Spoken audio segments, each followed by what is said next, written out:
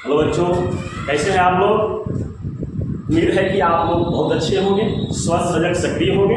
और एक बात है कि आपकी स्वस्थता, सजगता और सक्रियता देश को नई मुकाम तक पहुंचाने में मील का पत्थर साबित हो सकती है। इसलिए आप सक्रिय होकर, सजग होकर आप इस क्लास को करें। और इसमें जो मुख्य टॉपिक है, तथ्यों के महासागर में कुछ तथ्यों को लेकर के हम आए हैं, जिसमें कोशिका से संबंधित महत्वपूर्ण तथ्य हैं, जिसमें आप लोग जानेंगे कि कोशिका क्या है और कोशिका के बारे में जो महत्वपूर्ण तथ्य परीक्षाओं में आते हैं वे आपके लिए हम यहाँ लेकर के आए हैं। तो आइए, क्योंकि कोशिका जो है इसके जनक जो है रॉबर्ट हुक है, क्योंकि इन्होंने ही इसका आविष्कार किया। आविष्कार कैसे कि मृत जीव की कुछ अंश को लेकर के सूक्ष्मदर्शी पर मैग्नीफाई करके उन्होंने देखा तो कोशिका का पता लगाया और उसका नाम उन्होंने कोशिका दिया। इसलिए रॉबर्ट हुक को कोशिका का जनक कहा जाता है। अब प्रश्न है कि जो मृत कोशिका का तो इन्होंने खोज कर दिया, जीवित कोशिका की खोज करने वाले एंटोनिवान है जो कि जीवित कोशिका का खोज किए। और कोशिका के संदर्भ में जो बातें हमने बताई कि कोशिका के खोज करने वाले का नाम क्या है, रॉबर्ट हुक, यानी कोशिका के जनक के रूप में किसे हम जानते हैं, रॉबर्ट हुक। तो ये तथ्य है।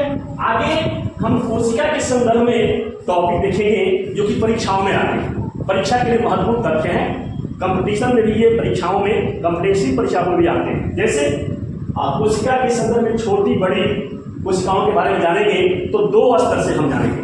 पहला स्तर होगा दुनिया में और दूसरा स्तर होगा मानव के संदर्भ। तो दुनिया के संदर्भ में चलते हैं तो सबसे छोटी कोशिका जो होती है वह माइकोप्लाज्मा की होती है। किसकी होती है, माइकोप्लाज्मा की कोशिका होती है, सबसे छोटी होती है। दुनिया में सबसे छोटी कोशिका किसकी होती है, माइकोप्लाज्मा की। और सबसे बड़ी कोशिका जो होती है वह शुतुरमुर्ग के अंडे की होती है। जहां तक मानव में कोशिकाओं के संदर्भ में छोटी बड़ी की बात है तो उस संदर्भ में भी जो तथ्य है सामने है कि सबसे बड़ी कोशिका जो होती है मादा जुगमल की कोशिका होती है, जिसको अंडाणु कहते हैं, अंग्रेजी में ओवम कहते हैं।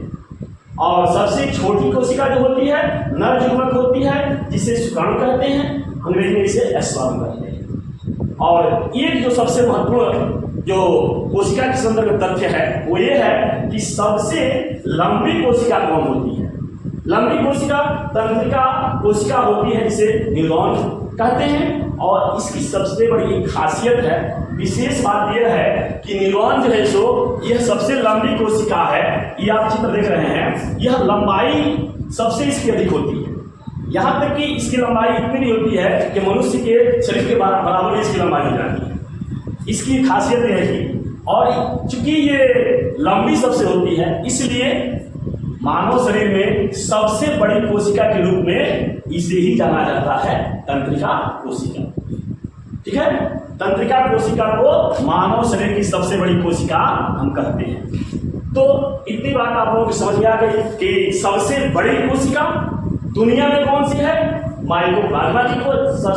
सबसे छोटी कोशिका माइकोप्लाज्मा की कोशिका है। सबसे बड़ी कोशिका कौन है, शुतुरमुर्ग के अंडे की है। और मानव में सबसे बड़ी कोशिका अंडाणु है जो मादा जुगमक है। और सबसे छोटी कोशिका कौन है, शुक्राणु है जो नर जुगमक है, जिसे अंग्रेजी में स्पर्म कहते हैं। और सबसे लंबी कोशिका तंत्रिका कोशिका है, जिसे न्यूरॉन कहते हैं। लेकिन अगर प्रश्न आता है कि मनुष्य के शरीर में सबसे बड़ी कोशिका कौन है तो उसके आंसर के रूप में आता है तंत्रिका कोशिका, क्योंकि इसकी लंबाई सबसे ज्यादा होती है, इस आधार पर इसको सबसे लंबी कोशिका माना जाता है। अब चलते हैं कोशिका जो कि क्या है, कोशिका है क्या। इस संदर्भ में जो तथ्य है बहुत ही मजेदार है कि कोशिका को जीवन की आधारभूत संरचना और क्रियात्मक इकाई रूप में हम जानते हैं। कोशिका जो होती है क्या होती है, जीवन की आधारभूत संरचना है और क्रियात्मक इकाई भी है। तो ये दो विशेषताएं हैं जो कोशिका के मुख्य घटक हैं। घटक के रूप में जीव द्रव्य आते हैं, जीव द्रव्य जिसको अंग्रेजी में प्रोटोप्लाज्म कहते हैं। और ये प्रोटोप्लाज्म मुख्य रूप से दो प्रकार के यौगिक से मिलकर के बनते हैं। दो प्रकार के यौगिक कौन कौन से हैं? पहला जो यौगिक है ये है कार्बनिक यौगिक और दूसरा है अकार्बनिक यौगिक। कार्बनिक यौगिक और अकार्बनिक यौगिक से मिल करके प्रोटोप्लाज्म बनता है। और इसमें कार्बनिक यौगिक के अंदर जो आते हैं ये आते हैं प्रोटीन, वसा, कार्बोहाइड्रेट, न्यूक्लिक एसिड। तो ये है कार्बनिक यौगिक। और कार्बनिक यौगिक में जल और खनिज लवण आते हैं। और ये जो कार्बनिक यौगिक और अकार्बनिक यौगिक हैं ये एक झिल्ली से कवरेज रहते हैं। और वह झिल्ली क्या होती है? छिद्रयुक्त प्लाज्मा झिल्ली होती है। तो इस झिल्ली को क्यों रखा गया है?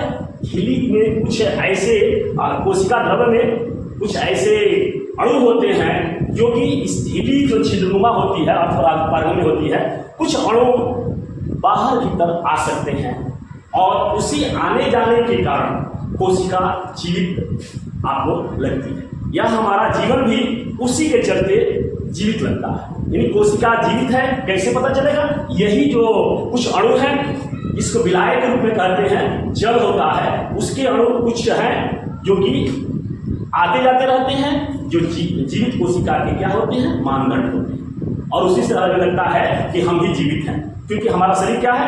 कोशिकाओं से बना हुआ है। तो इसमें मुख्य बातें हम लोग देखें कि जीव द्रव्य के अंतर्गत जो कार्बनिक यौगिक और अकार्बनिक यौगिक क्या होते हैं। अगला जो तथ्य है कि कोशिका जो होती है वह उससे जो स्तन होता है उत्तक का निर्माण होता है।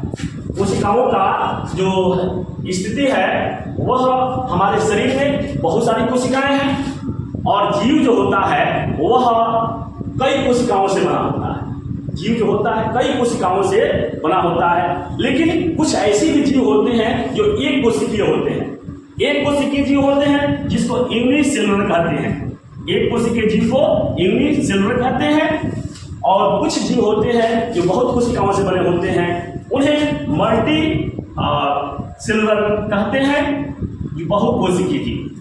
तो इस तरह से प्रकृति में दो तरह के मुख्य रूप से जीव आते हैं। एक होते हैं एक कोशिकीय जीव और दूसरे होते हैं बहुकोशिकीय जीव, जिसको मल्टी सेलुलर हम कहते हैं। एक कोशिकीय जीव में अमीबा आता है और पैरामीशियम, क्लेमाइडोमोनास आदि आते हैं। एक बात खास है अमीबा के संदर्भ। अमीबा जो है सो एक ऐसा एक कोशिकीय जीव है जिसकी जो साइज है, स्थिति इसकी यह बदलती रहती है। तो इसकी विशेष खासियत है। और बहुकोशिकीय जीव में बहुत सारे जीव आते हैं, इसमें छोटे बड़े जीव सब आते हैं, जिसमें मानव का शरीर एक जो होता है वह यूनिक है। मानव के शरीर में कोशिकाओं की संख्या 60 × 10⁻15 की लगभग होती है। और ये कोशिकाएं जो है सो हमारे कोशिकाओं से हमारा शरीर क्या है? बना हुआ है। अब चलते हैं कोशिकाओं के संदर्भ में। जो मुख्य बात है कि कोशिका से हमारा शरीर कैसे बना है, ये तथ्य है कि कोशिका से हमारा शरीर कैसे बना है, इसको समझने के लिए एक उदाहरण से हम चलते मिलते हैं। जैसे आप देखते हैं कि समाज में हर जगह मकान बनते हैं। आप लोगों ने देखा है, महसूस भी किया, मकान बनते हुए आपने देखा है। तो मकान में सबसे पहले किसकी आवश्यकता पड़ती है? ईंट की आवश्यकता पड़ती है। ईंट लोग लाते हैं तो ईंट की आवश्यकता पड़ती है। ईंट के साथ साथ बालू, सीमेंट और कुछ मिलाते हैं। मिलाकर के हम क्या बनाते हैं? दीवार बनाते हैं। ईंट जब मिलती है तो दीवार बनते हैं। दीवार में मिल करके क्या बनाते हैं? कमरे, यानी कमरे बनते हैं। दीवार के सहारे से कमरे बनते हैं। और जब कई कमरे मिलते हैं, कई कमरे में एक साथ मिल जाते हैं, तो हमारा क्या बनता है? मकान का निर्माण होता है। किसका निर्माण होता है? मकान का निर्माण होता है। ठीक है। तो इसी प्रकार जिस प्रकार ईंट के मिलने से दीवार, दीवार के मिलने से कमरे और कमरे के मिलने से मकान का निर्माण होता है, ठीक उसी प्रकार से हमारे शरीर की भी स्थिति है। सबसे छोटी इकाई जो है कोशिका है, जिसको संरचनात्मक इकाई कहते हैं और क्रियात्मक इकाई भी कहते हैं। कोशिकाओं के मिलने से उत्तक का निर्माण होता है। बहुत सारी कोशिकाएं जो मिलती हैं एक तरह की, तो उससे क्या बनता है, ऊतक बनते हैं। और कई ऊतक जब मिलते हैं तो अंग तंत्र का निर्माण होता है।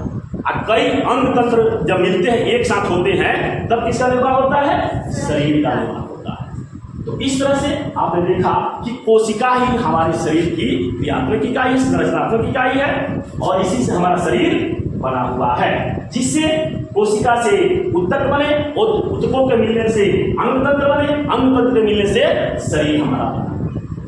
तो इस तरह से आपने कोशिका के संदर्भ में कोशिका ये बात समझ लिया कि कोशिका ही हमारे शरीर की मूलभूत आधार है और क्रियात्मक इकाई भी है। मूल क्रियात्मक इकाई कोशिका ही है। अब हम एक बात बता देते हैं कि एक प्रमुख विशेषता है कोशिका के अंदर, जो कि WBC से है। WBC व्हाइट ब्लड सेल, जिसको ल्यूकोसाइट्स भी कहते हैं। इसकी क्या विशेषता है, यह जो है सो सबसे बड़ी इसकी विशेषता है WBC का, कि यह अमीबा जिस तरह से अपना आकार बदलता रहता है, उसी तरह से ये WBC भी अपना आकार बदलती रहती है। श्वेत ल्यूकोसाइट्स में अपना आकार बदलता रहता है। और तंत्रिका कोशिकाएं हैं, तंत्रिका कोशिकाओं के संदर्भ में एक विशिष्ट तथ्य है जिसको जानना बहुत जरूरी है। तंत्रिका तंत्र में जो ये सबसे बड़ी कोशिका के रूप में हम जानते हैं, नर्व सेल को, जो कहाँ रहता है, ब्रेन में रहता है। कहाँ रहता है, ब्रेन में रहता है। और ब्रेन के अंतर्गत ये रह करके हमारी सारी सूचनाओं को ग्रहण करने का काम करता है। यानी अवयवों का चालन इसी तंत्रिका कोशिका के माध्यम से होता है। तो एक विशेष इसकी विशेषता क्या है कि यह तो ब्रेन में रहता है, तो ब्रेन जो है सो हमारा क्या बहुत ही सेफ्टी चीज है।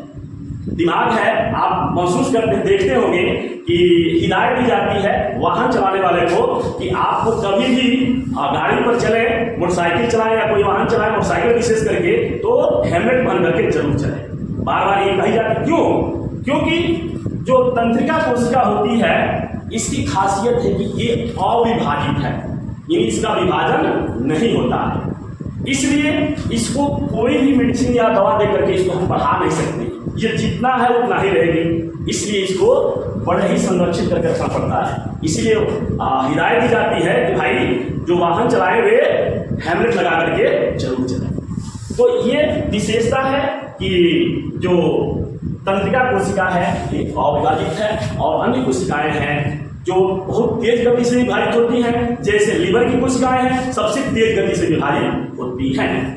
तो इस प्रकार आप लोग इस सेशन में कुछ मुख्य बातें जाने कोशिका के संदर्भ में, जो प्रतियोगी परीक्षाओं में अहम भूमिका निभाते हैं, जिनमें से कोशिका के संदर्भ में कि कोशिका के संदर्भ में जो रॉबर्ट हुक ने बात कही, और रॉबर्ट हुक ने जो बातें बताई उसके विचार के आधार पर, उनके चिंतन के आधार पर उन्हें क्या कहा जाता है, कोशिका का जनक कहा जाता है। फिर कोशिका दुनिया में सबसे छोटी सबसे बड़ी कोशिका क्या रही, इसको आप जाने। मानव शरीर में सबसे छोटी सबसे बड़ी और सबसे लंबी कोशिका क्या रही, इसके बारे में भी आप लोग जाने। और फिर महत्वपूर्ण तथ्य से जुड़े कि हमारा शरीर भी किस तरह से कोशिकाओं के मिलने से ही बना है, इस बात से भी समझे, इस बात को भी जाने। शुरू से अंत तक आप वीडियो से अच्छी तरह से लगाव रखें, और सारी बातें आपको उम्मीद है कि समझ में आ गई होगी। इसलिए हम अपेक्षा करते हैं कि इस बार बार सुने और अपनी परीक्षा के लिए इसे तैयार करें। फिर अगले वीडियो में पुनः हम नए तथ्यों के साथ, तथ्य तरंग के साथ मिलेंगे, तथ्यों की नई कड़ी, नई पेशकश के साथ। तब तक के लिए जय हिंद, वंदे मातरम।